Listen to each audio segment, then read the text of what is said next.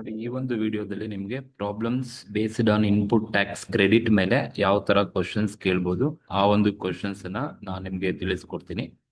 ಈ ಒಂದು ಕ್ವಶನ್ ನಿಮಗೆ ಸೆಕ್ಷನ್ ಬಿ ನಲ್ಲಿ ಕೇಳಬಹುದು. ಸೆಕ್ಷನ್ ಬಿ ಗೆ 4 ಮಾರ್ಕ್ಸ್ ಗೆ ಕೇಳ್ತಕ್ಕಂತ ಕ್ವಶನ್. ಯಾವುದೋ ಒಂದು ವರ್ಷ ಈ ಕ್ವಶನ್ ಕೂಡ ಕೇಳಿದರೆ ಏನ್ ಕೊಟ್ಟಿದ್ದಾರೆ, ಯಾವ ತರ GST ನಲ್ಲಿ ಇನ್ಪುಟ್ ಟ್ಯಾಕ್ಸ್ ಕ್ರೆಡಿಟ್ ಅನ್ನ ಅಡ್ಜಸ್ಟ್ ಮಾಡ್ಬೇಕಾಗುತ್ತೆ ಅನ್ನೋದನ್ನ ತಿಳಿಸ್ಕೊಡ್ತೀನಿ. ಬನ್ನಿ. ಫಸ್ಟ್ ಕ್ವಶನ್ಸ್ ಏನಿದೆ ಅಂತ ನೋಡಿದ್ರೆ, from the following information of S and company for the month of July 2017, purchase of raw material A from supplier in Mysore 50,000 at 5% GST.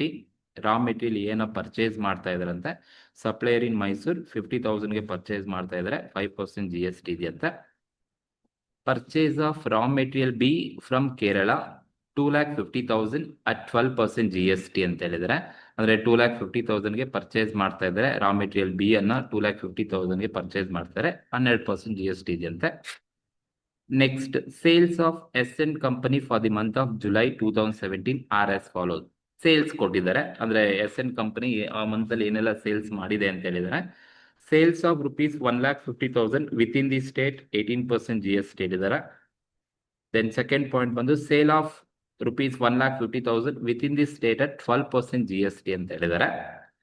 Compute eligible input tax credit and GST payable. ನೋಡಿ, ನಮ್ಗೆ ಏನ್ calculate ಮಾಡೋಕೆ ಹೇಳಿದರೆ, input tax credit ಮತ್ತೆ GST payable ಅನ್ನ calculation ಮಾಡಬೇಕು.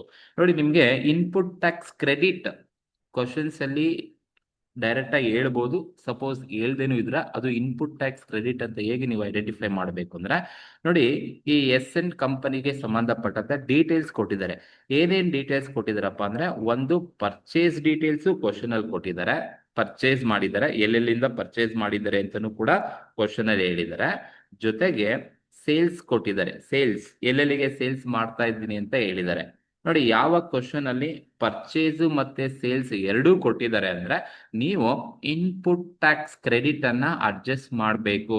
ನೋಡಿ, purchase ಮಾಡ್ತಾ ಇದ್ದೀರಾ, ರಾ ಮೆಟೀರಿಯಲ್ ನ ಪರ್ಚೇಸ್ ಮಾಡ್ತಾ ಇದ್ದೀರಾ, ನನ್ನ ಬಿಸ್ನೆಸ್ ಗೆ ಬರ್ತಾ ಇದೆ, ಹಾಗಾಗಿ ಬರ್ಬೇಕಾದ್ರೆ ನಾನು ಟ್ಯಾಕ್ಸ್ ಅನ್ನ ಕೊಟ್ಟಿದ್ದೀನಿ.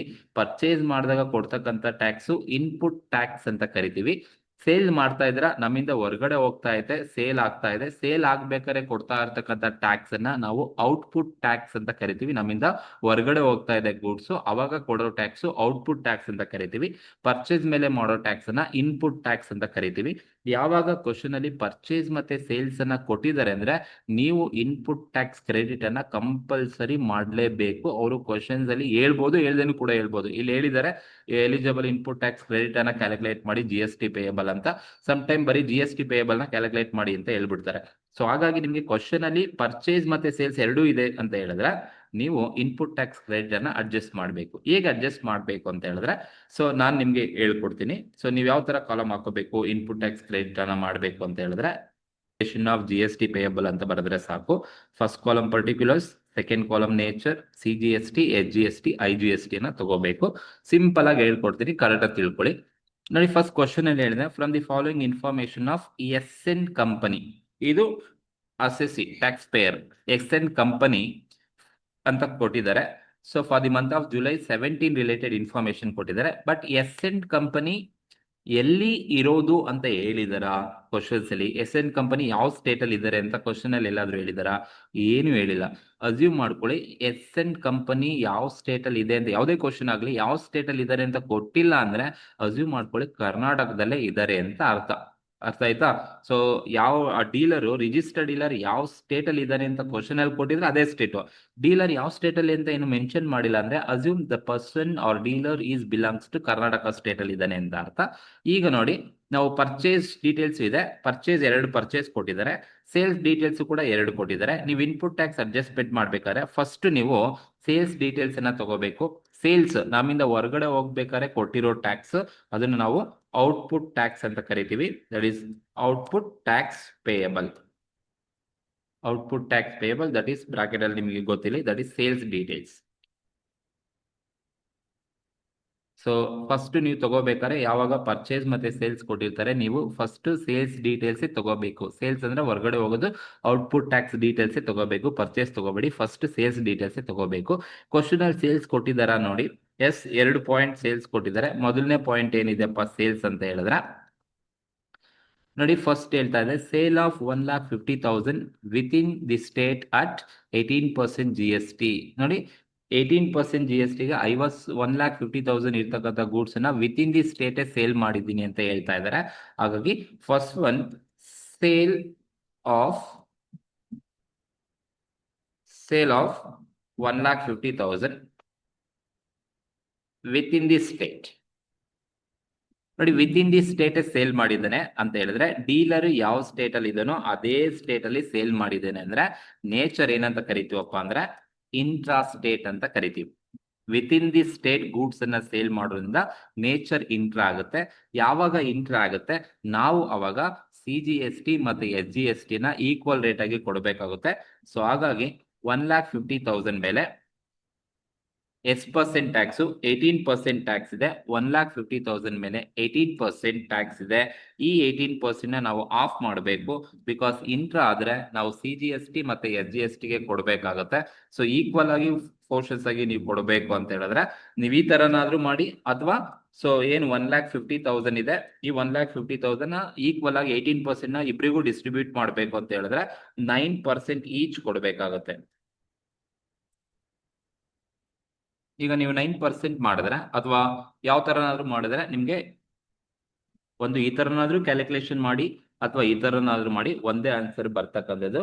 ಸೊ 1,50,000 ಮೇಲೆ ನಾನು 18% ಮಾಡಿಕೊಂಡು ಇಂಟು ಆಫ್ ಆದ್ರೂ ಮಾಡಿ, ಡಿವೈಡೆಡ್ ಬೈ 2 ಆದ್ರೂ ಮಾಡಿ, ಅಥವಾ 1,50,000 ಮೇಲೆ ಇಂಟು 9% ಆದ್ರೂ ಮಾಡಿದ್ರೆ ನಿಮ್ಗೆ CGST ಮತ್ತೆ SGST ಎಷ್ಟು ಬರುತ್ತಪ್ಪ ಅಂದ್ರೆ 13,500 CGST ಬರುತ್ತೆ, 13,500 SGST ಬರುತ್ತೆ. IGST ಬರೋದಿಲ್ಲ. ಯಾಕೆಂದ್ರೆ with in the state sale ಮಾಡಿದ್ದಾನೆ ಅಂದ್ರೆ ಇಂಟ್ರಾ ಸ್ಟೇಟ್ ಅಂತ ಕರಿತೀವಿ. ಯಾವಾಗ ಇಂಟ್ರಾ ಸ್ಟೇಟ್ ಆಗತ್ತೆ ಆಗ ನೀವು ಎಷ್ಟು ಪರ್ಸೆಂಟ್ ಟ್ಯಾಕ್ಸ್ ಇರುತ್ತಲ್ವಾ ಆ ಅಷ್ಟು ಪರ್ಸೆಂಟ್ ಟ್ಯಾಕ್ಸ್ ಅನ್ನ ಈಕ್ವಲ್ ಆಗಿ ನೀವು CGST SGST ಕೊಡಬೇಕು. ಈಗ 1,50,000 ಮೇಲೆ 18% ಮಾಡಿಕೊಂಡು ಡಿವೈಡೆಡ್ ಬೈ 2 ಮಾಡಿದ್ರೆ ನಿಮ್ಗೆ 13,500 CGST ಸಿಗುತ್ತೆ, 13,500 SGST ಸಿಗುತ್ತೆ. ಅಥವಾ 18% ಆಫ್ ಮಾಡಿದ್ರೆ 9% ನೀವು ಎರಡಕ್ಕೂ ಕ್ಯಾಲ್ಕುಲೇಟ್ ಮಾಡಬೇಕು. 9% CGST, 9% SGST ಮಾಡ್ಕೊಳ್ಳಿ, ನಿಮಗೆ 13,500 ಸಿಗುತ್ತೆ. ಇದು ಮೊದಲನೇ ಪಾಯಿಂಟ್, ಸೇಲ್ಸ್ ಇರ್ತಕ್ಕದ್ದು 1,50,000 with in the state. Then ಎರಡನೇ ಸೆಂಟೆನ್ಸ್ ಏನಿದೆಯಪ್ಪ ಅಂತ ಹೇಳಿದ್ರೆ ಎರಡನೇ ಸೇಲ್ಸ್ ನೋಡಿ, sale of 1,15,000 with in the state at 12% GST ಅಂತ ಹೇಳಿದ್ದಾರೆ. ದಟ್ ಈಸ್ ಸೆಕೆಂಡ್ ಒನ್ ಬಂದು ಎರಡನೇ ಪಾಯಿಂಟ್ ಏನ್ ಸೇಲ್ಸ್ ಹೇಳ್ತಾ ಇದೆ ಅಂತ ಹೇಳಿದ್ರೆ sale of 1,50,000 with in the state ಅಂತಾನೆ ಹೇಳಿದಾನೆ. ನೋಡಿ, ವಿತ್ ಇನ್ ದಿ ಸ್ಟೇಟ್ ಅಂತ ಹೇಳಿರೋದ್ರಿಂದ ಸೊ ಡೀಲರ್ ಎಲ್ಲಿದ್ದಾನೋ ಅಲ್ಲೇ ಸೇಲ್ ಮಾಡಿದ್ದಾನೆ ಅಂತ ಅರ್ಥ. ಹಾಗಾಗಿ ಇಂಟ್ರಾ ಅಂತ ಟ್ರೀಟ್ ಮಾಡ್ತೀವಿ.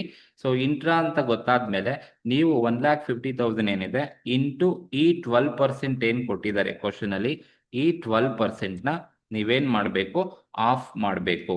ಸೊ ಆಫ್ ಆದ್ರೂ ಮಾಡಿ, ಆರ್ ಅಥವಾ ನೀವು 1,50,000 ಏನಿದೆ ಇದನ್ನ ನೀವೇನ್ ಮಾಡಬೇಕು ಅಂದ್ರೆ ಇಂಟು 6% ಈಚ್. 12% ಅಂದ್ರೆ ನೀವು 6% ಈಚ್ ಆದ್ರೂ ಕೊಡಿ, ಅಥವಾ ಆ ತರನಾದ್ರೂ ಕ್ಯಾಲ್ಕುಲೇಟ್ ಮಾಡಿ. ನೀವು ಯಾವ ತರ ಮಾಡಿದ್ರು ಒಂದೇ ಆನ್ಸರ್ ಬರುತ್ತೆ. ಸೊ 1,50,000 ಇಂಟು 6% ಮಾಡಿದ್ರೆ ನಮ್ಗೆ 9,000 ಸಿಗುತ್ತೆ. So 9,000 for CGST, 9,000 for SGST ಸಿಗುತ್ತೆ. ಸೊ ಈಗ ನೀವು ಟೋಟಲ್ ಮಾಡಿದ್ರೆ ಇನ್ಯಾವುದು ಕೂಡ ಇಲ್ಲ, ಸೇಲ್ಸ್ ಇನ್ಯಾವ್ದಾದ್ರು ಕ್ವಶನ್ಸ್ ಅಲ್ಲಿ ಇದೆಯಾ? ಯಾವ್ದು ಇಲ್ಲ. ಟೋಟಲ್ ಮಾಡಿ ನಿಮ್ಗೆ ಟೋಟಲ್ ಎ ಸಿಗುತ್ತೆ. That is total A.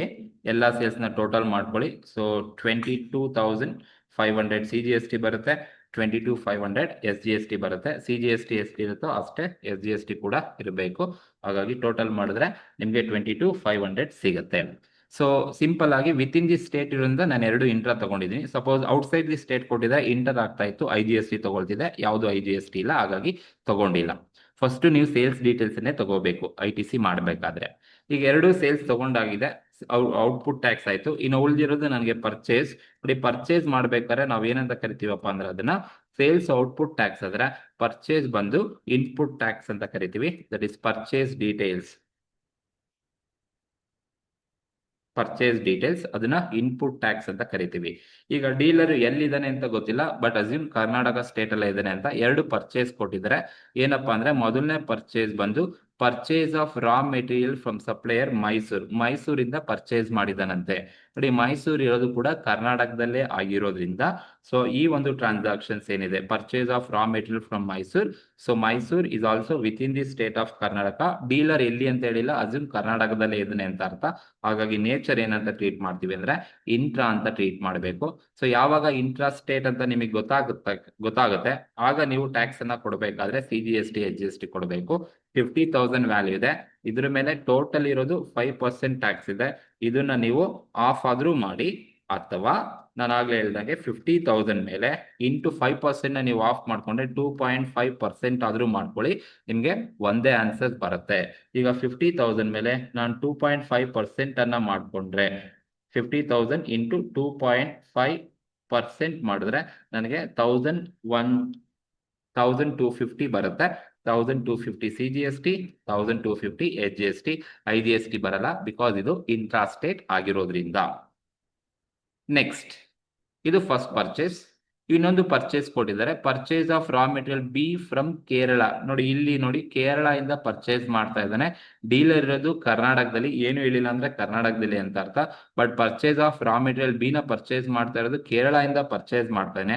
ಹಾಗಾಗಿ purchase of raw material be from Kerala ಇಂದ ಪರ್ಚೇಸ್ ಮಾಡ್ತಾ ಇದ್ದಾನೆ ಅಂದ್ರೆ ಇದು outside the state of Karnataka ಆಗುತ್ತೆ. ಹಾಗಾಗಿ ಅದನ್ನ ಇಂಟರ್ ಸ್ಟೇಟ್ ಟ್ರಾನ್ಸಾಕ್ಷನ್ಸ್ ಅಂತ ಕರಿತೀವಿ. ಸೊ ಯಾವಾಗ ಇಂಟರ್ ಸ್ಟೇಟ್ ಟ್ರಾನ್ಸಾಕ್ಷನ್ಸ್ ಅಂತ ಗೊತ್ತಾಗುತ್ತೆ ಆಗ ನೀವು IGST ಕೊಡಬೇಕಾಗುತ್ತೆ.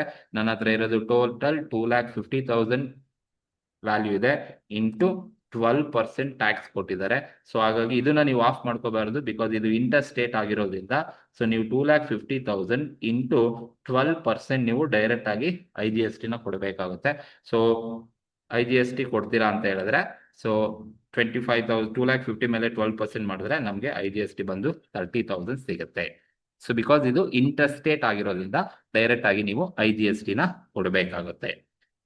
ಸೊ ಇನ್ಯಾವ್ದಾರ ಪರ್ಚೇಸ್ ಅಥವಾ ಸೇಲ್ಸ್ ಇದೆಯಾ ಕ್ವಶನ್ಸ್ ಅಲ್ಲಿ? ಇಲ್ಲ, ಇದರಲ್ಲಿ 2 ಪರ್ಚೇಸ್ ಇದೆ, 2 ಸೇಲ್ಸ್ ಇದೆ. ಫಸ್ಟ್ ಟೋಟಲ್ ಸೇಲ್ಸ್ ಅನ್ನ ತಗೊಂಡೆ, ಈಗ 2 ಪರ್ಚೇಸ್ ಆಯ್ತು. ಈಗ ಟೋಟಲ್ ಮಾಡ್ಕೊಂಡ್ರೆ ನಿಮ್ಗೆ ಟೋಟಲ್ ಬಿ ಸಿಗುತ್ತೆ. That is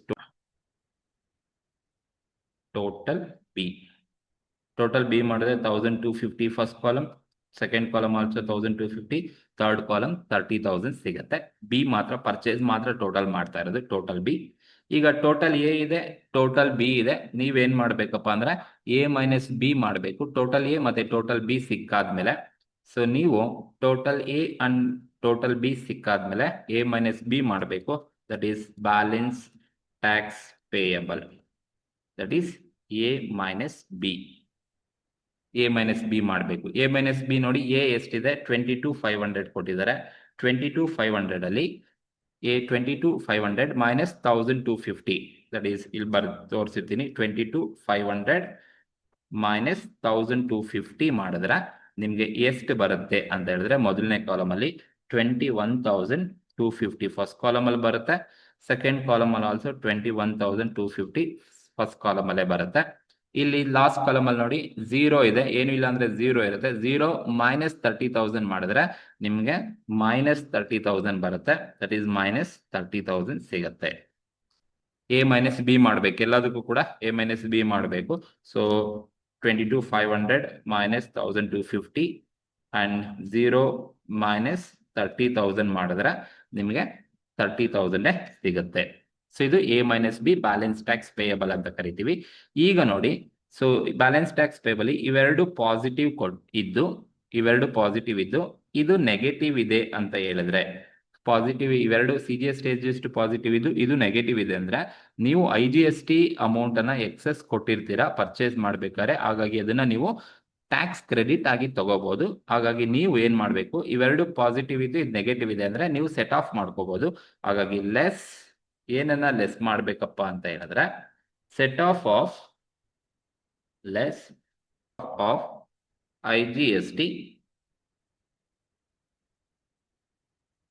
IGST towards CGST. First CGST ಕೊಡಬೇಕು, ಆಮೇಲೆ CGST ಅಂಡ್ SGST. CGST ಮತ್ತೆ SGST ಗೆ ಸೆಟ್ ಆಫ್ ಅನ್ನ ಮಾಡಬೇಕಾಗುತ್ತೆ. ಯಾವಾಗ ಇವೆರಡು ಪಾಸಿಟಿವ್ ಇದ್ದು ಇದು ನೆಗೆಟಿವ್ ಇದೆ ಅಂದ್ರೆ ನೀವು ಸೆಟ್ ಆಫ್ ಅನ್ನ ಮಾಡಬಹುದು. ಈಗ ನನ್ನ ಹತ್ರ ನೋಡಿ IGST 30,000 ಇದೆ, ಸೆಟ್ ಆಫ್ ಮಾಡ್ತೀನಿ ಅಂದ್ರೆ ಫಸ್ಟ್ CGST ಗೆ ಕೊಡಬೇಕು. CGST ನಲ್ಲಿ ಎಷ್ಟಿದೆ? 21,000 ಇದೆ. ಸೊ 30,000ದಲ್ಲಿ 21,000 ಕೊಡಬಹುದು. ಸೊ ಹಾಗಾಗಿ 21,250 CGST ಗೆ ಕೊಟ್ಟೆ. 21,250 CGST ಕೊಟ್ಟೆ. ಬಟ್ ನೋಡಿ ನನ್ನ ಹತ್ರ ಇಲ್ಲಿ 30,000ದಲ್ಲಿ 21,250 ಇವ್ರಿಗೆ ಕೊಟ್ಟಾದ್ಮೇಲೆ ನನ್ನ ಹತ್ರ ಇಲ್ಲಿ 30,000ದಲ್ಲಿ ನೆಕ್ಸ್ಟ್ ಬ್ಯಾಲೆನ್ಸ್ ಉಳ್ಕೊಂಡಿರುತ್ತೆ. ಔಟ್ ಆಫ್ 30ನಲ್ಲಿ 21,250 ಅಲೋಕೇಟ್ ಮಾಡಿದೆ. ಇನ್ನ ಬ್ಯಾಲೆನ್ಸ್ ಉಳ್ಕೊಂಡಿರೋದು ನನ್ನ ಹತ್ರ 8,750 ಮಾತ್ರನೇ ಉಳ್ಕೊಂಡಿರೋದು. ಬಟ್ ಈಗ SGST ಕೊಡಬೇಕು ಅಂದ್ರೆ ಇಲ್ಲಿ 21,250 ಇದೆ. ಬಟ್ ನನ್ನ ಹತ್ರ ಇಲ್ಲಿರೋದು 21,250 ಇಲ್ಲ, ಇರೋದು ಇವಾಗ 8,750 ಮಾತ್ರ ಉಳ್ಕೊಂಡಿದೆ. ಹಾಗಾಗಿ ನಾನು ಇಲ್ಲಿ ಏನ್ ಮಾಡ್ತೀನಿ, 8,750 ಮಾತ್ರನೇ ಅಲೋಕೇಟ್ ಮಾಡ್ತೀನಿ. ಯಾಕಂದ್ರೆ 30,000ದಲ್ಲಿ 21,250 ಇಲ್ಲಿ ಕೊಟ್ಟೆ, ಇನ್ನ ಬ್ಯಾಲೆನ್ಸ್ ಇನ್ 8,750 ಇದೆ, ಅದನ್ನ ಮಾತ್ರ ಅಷ್ಟು ಮಾತ್ರ ಕೊಡೋಕ್ಕಾಗುತ್ತೆ. ಹಾಗಾಗಿ ಅದನ್ನ ಮಾತ್ರ ಇಲ್ಲಿ ಅಲೋಕೇಟ್ ಮಾಡಿದ್ದೀನಿ. ಸೊ ಔಟ್ ಆಫ್ 30,000 ನಲ್ಲಿ ನಾನು ಎರಡು ಕೂಡ ಅಲೋಕೇಟ್ ಮಾಡಿ 21 CGST ಗೆ 8,750 SGST ಕೊಟ್ಟಿದ್ದೀನಿ. ಟೋಟಲ್ ನಾನು 30,000 ಅನ್ನ ಅಲೋಕೇಟ್ ಮಾಡಿದ್ದೀನಿ. 30,000 ಅನ್ನ ಅಲೋಕೇಟ್ ಅನ್ನ ಫುಲ್ ಕೊಟ್ಟಿದ್ದೀನಿ ಅಂತ ಅರ್ಥ. ಈಗ ನೀವು ಲೆಸ್ ಮಾಡಿ ನಿಮಗೆ ಬರ್ತಕ್ಕಂಥದ್ದೇ net GST payable. Net GST payable ಬರುತ್ತೆ. ಸೊ 21,250 ಲೆಸ್ ಇಂಟರೇಟ್ ಸೆಟ್ ಆಫ್ ನ ಲೆಸ್ ಮಾಡಿದ್ರೆ ಮೊದಲನೇ ಕಾಲಮ್ ಅಲ್ಲಿ 0 ಬರುತ್ತೆ. ಎರಡನೇ ಕಾಲಮ್ ಅಲ್ಲಿ ನಿಮ್ಗೆ 21,250 ನಲ್ಲಿ 8,750 ಹೋದ್ರೆ ನಿಮ್ಗೆ 12,500 ಸಿಗುತ್ತೆ. ಅಂಡ್ ಲಾಸ್ಟ್ ಕಾಲಮ್ ಅಲ್ಲಿ 30,000ದಲ್ಲಿ 30,000 ಅಲೋಕೇಟ್ ಮಾಡಿದೀನಿ. ಹಾಗಾಗಿ ಇಲ್ಲಿ ಯಾವುದು ಕೂಡ ಅಮೌಂಟ್ ಬರೋದಿಲ್ಲ. ಸೊ ಈ ತರ ನೀವು ಅಲೋಕೇಶನ್ಸ್ ಅನ್ನ ಮಾಡಬೇಕಾಗುತ್ತೆ. ಇದು ನೆಟ್ GST ಪೇಯಬಲ್ ಅಂತ ಕರಿತೀವಿ. ಇದು ಇಂಟರೇಟ್ ಸೆಟ್ ಆಫ್ ಅನ್ನ ಮಾಡಿರ್ತಕ್ಕಂಥದ್ದು. ಇನ್ಪುಟ್ ಟ್ಯಾಕ್ಸ್ ಕ್ರೆಡಿಟ್ ಅನ್ನ ಅಡ್ಜಸ್ಟ್ ಮಾಡ್ತಕ್ಕಂಥ ಒಂದು ಪ್ರಾಬ್ಲಮ್. ಸಿಂಪಲ್ ಆಗಿರ್ತಕ್ಕಂಥದ್ದು. ಬಟ್ ಇಲ್ಲಿ ITC ನ ಅಡ್ಜಸ್ಟ್ ಮಾಡ್ಬೇಕಾದ್ರೆ ನಿಮಗೆ ತಿಳ್ಕೋಬೇಕು, ಇವೆರಡು ಪಾಸಿಟಿವ್ ಇದ್ದು ಇದು ನೆಗೆಟಿವ್ ಇದೆ ಅಂದ್ರೆ IGST ನಲ್ಲಿ ಎಷ್ಟು ನೆಗೆಟಿವ್ ಇರುತ್ತೆ ಫಸ್ಟ್ ಪ್ರಯಾರಿಟಿ CGST ಗೆ ಕೊಡಿ. CGST ನಲ್ಲಿ ಎಷ್ಟು ಇರುತ್ತೆ ಅಷ್ಟು ಕೊಡಿ. ಉಳ್ಕೊಂಡಿದ್ರೆ ನಿಮ್ಮ ಹತ್ರ ಎಕ್ಸ್ಟ್ರಾ ಉಳ್ಕೊಂಡಿದ್ರೆ ನೀವು SGST ಕೊಡಬಹುದು. ಬಟ್ SGST ಕೊಡ್ಬೇಕಾದ್ರೆ ನಿಮ್ಮ ಹತ್ರ STG ಅಷ್ಟು ಮಾತ್ರನೇ ಕೊಡ್ಲಿಕ್ಕಾಗುತ್ತೆ, ಫುಲ್ ಕೊಡ್ಲಿಕ್ಕೆ ಬರೋದಿಲ್ಲ. ನನ್ನ ಹತ್ರ ಇಲ್ಲಿ 21,250 ಅಲೋಕೇಟ್ ಮಾಡಿದಾದ್ಮೇಲೆ ಬರೀ 8,000 ಮಾತ್ರ ಉಳ್ಕೊಂಡಿರುತ್ತೆ. 8,750 ಅಲೋಕೇಟ್ ಮಾಡಿದ್ದೀನಿ. ಸೊ ಈ ತರ ಕ್ವಶನ್ಸ್ ನ ನೀವು ಎಕ್ಸ್ಪೆಕ್ಟ್ ಮಾಡಬಹುದು ಸೆಕ್ಷನ್ ಬಿ ನಲ್ಲಿ ITC ಅಡ್ಜಸ್ಟ್ಮೆಂಟ್ ಮತ್ತು GST ಪೇಯಬಲ್ ಮೇಲೆ. ಸೊ ಈ ಒಂದು ಕ್ವಶನ್ಸ್ ನಿಮ್ಗೆ ಇಷ್ಟ ಆಗಿದ್ರೆ ಶೇರ್ ಮಾಡಿ, ಲೈಕ್ ಮಾಡಿ, ಕಮೆಂಟ್ ಮಾಡಿ. ಆದ್ರೆ ಈ ಕ್ವಶನ್ಸ್ ಅಲ್ಲಿ ನಿಮ್ಗೆ ಯಾವ್ದಾದ್ರು ಡೌಟ್ಸ್ ಇದ್ರೆ ಅಥವಾ ಏನೋ ಮಿಸ್ಟೇಕ್ಸ್ ಇದ್ರೆ ಕಮೆಂಟ್ ಮೂಲಕ ತಿಳಿಸಿ. ಆ ಒಂದು ಕಮೆಂಟ್ಗೆ ನಾನು ಉತ್ತರವನ್ನು ಕೊಡ್ತೀನಿ. Thank you very much.